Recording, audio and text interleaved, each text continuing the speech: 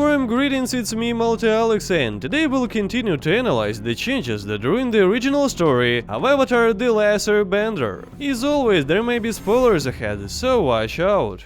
Kanna's necklace means nothing. The only thing Katara had left of her mother was her necklace, and the showrunners took that away from her as well as the emotional component of her character. This necklace was not just a symbol of her personal history, family connection, and a source of inspiration. It has its own tragic story. The story is about a young man named Paku, who lost his love because of the stupid traditions of his tribe. He made this necklace for Kanna when they got engaged. However, it was an arranged marriage, and even though he loved her very much, she didn't love him. As a result, Katara's grandmother ran away, and the necklace remained in their family and began to be passed down from woman to woman. You'd think it was a sub-story, but it's not. Cutting the meaning of the necklace and its importance out of the story led to the loss of two important storylines.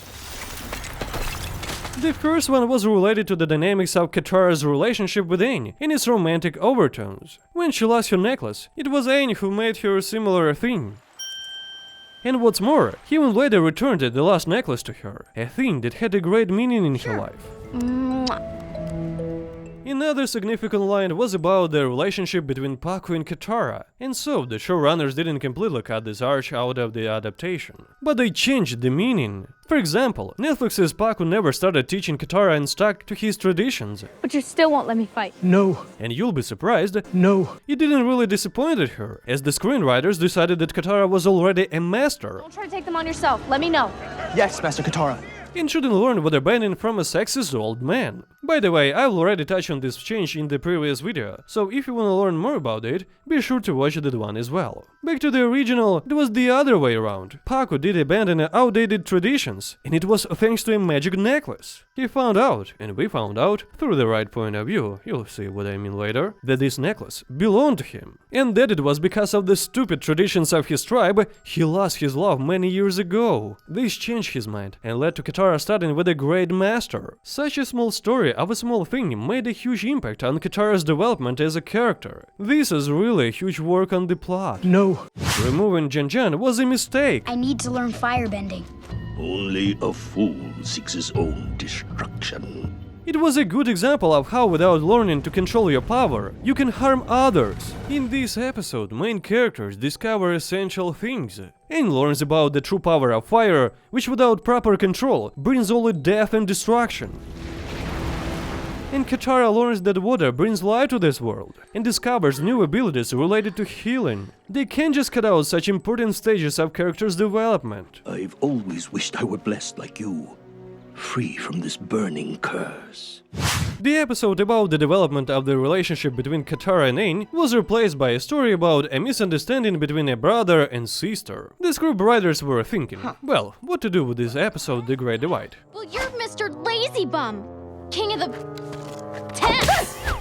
Bingo! Let's take the plot of the Secret Tunnel from the second season and change it. Why this stupid love between Katara and Aang? It makes no sense in the story of the Last Airbender, who was in love with Katara from the beginning and would later marry her. There's something I want to tell you. I like you, but more than normal. Another question is why did Sokka and Katara go to the tunnels at all? They were already in the city. They could have asked for an audience with the king, or gotten there in some other way, like Zuko did. It would have been much faster. But no, they chose a different path, deadly tunnels, in which according to legend, no one survives. Come on, even in the original, the Avatar team didn't want to go through these tunnels. They had to do it through the Fire Nation. Secret love cave, let's go. In the adaptation, they had a choice. And besides, how will they get to the city of Amashu unnoticed in the second season without a secret tunnel? Secret tunnel!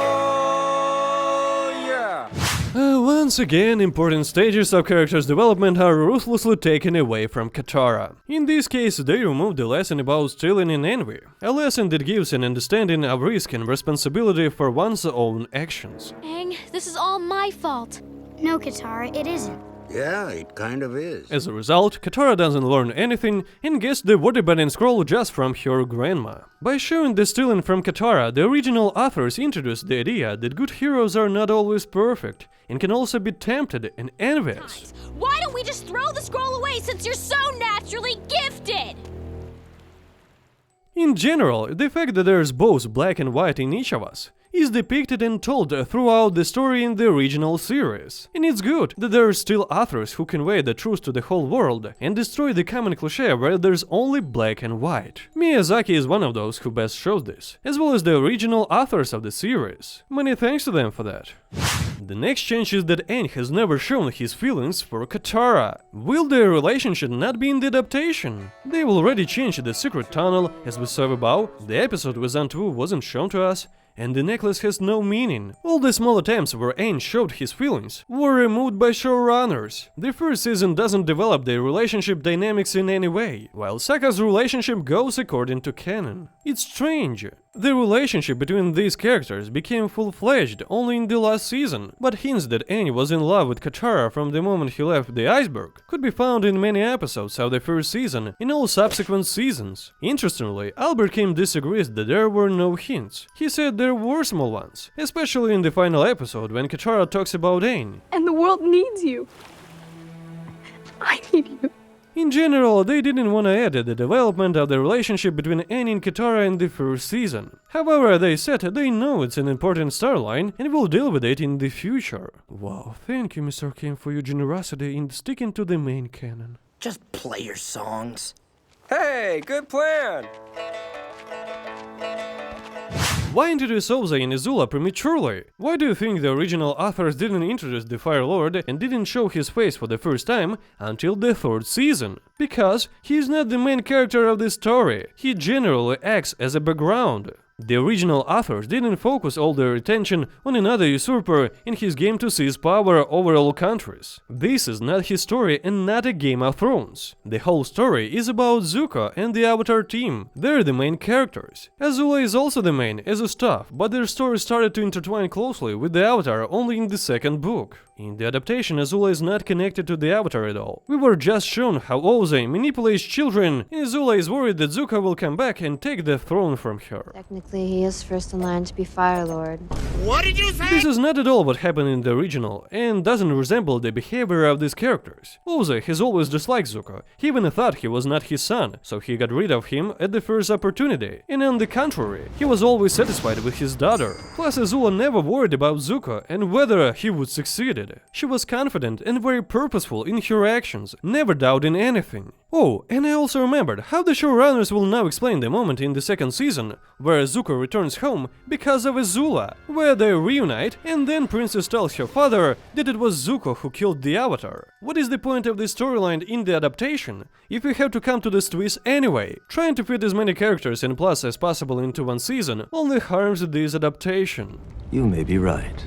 Probably the biggest change that ruined the meaning of the original was the change of point of view. It is the main thing that determines the way that the viewer will perceive the story, their attitude to the characters, and the way the plot is revealed. We can perceive events through the eyes of the protagonist or antagonist, we can listen to the story told by some external force or observer, etc. There are many methods, and each one tells the same story in its own way. In the original series, this path begins with Katara, then the point of view is mostly told from the observations of the characters and in Zuko, as the central figures in the whole story. Most of the events are seen through their eyes, their experiences and their development. It is as if we were with these characters. We go all the way from the beginning to the end. We know exactly how much the characters know. We discover new plot twists and we experience them together. In an adaptation, all this changes. We plunge right into the story of the beginning of the war that Sozin started, and we learn this not through the prism of the main characters. We already know more than the characters themselves, and this is not the only example. We already know about the capture of Amasho or Sozin's comet. When?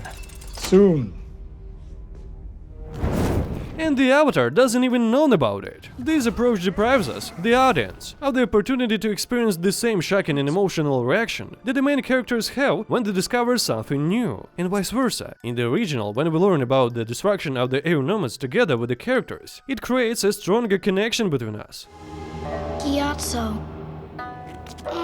We begin to empathize more with the characters and become more emotionally involved in their journey. This helps to deepen the impact of the events in the series. However, Kim changed everything. They changed the whole point. Maybe they made an adaptation called Avatar: The Last Airbender, in which some scenes are similar to the original. But it's an illusion. The most important thing is that they ruined the soul and ideas that the original authors had. How can they not understand one thing? Changing a well-thought-out story and its narrative, they create a completely new story in which everything works differently, in which you need to redo everything, create your own events, characters and their adventures. Of course, they don't know how to do this. They just wanted to make money from a well-known story and changed something that doesn't need to be changed at all. This is a show with a different meaning. It's no longer a series that tells about personal development, finding yourself and your purpose. It has become something like a military political drama that has no meaning other than a product for money and the creation of its own narratives. What do you think about all of this? About this series in general? What other changes do you think ruined the original story? I look forward to hearing your comments. As always, don't forget to drink water, give the video a fire like and an earthly repost, and my channel and every subscription. Also, I'd appreciate it if you could support me. It can be a Patreon subscription or just a donation.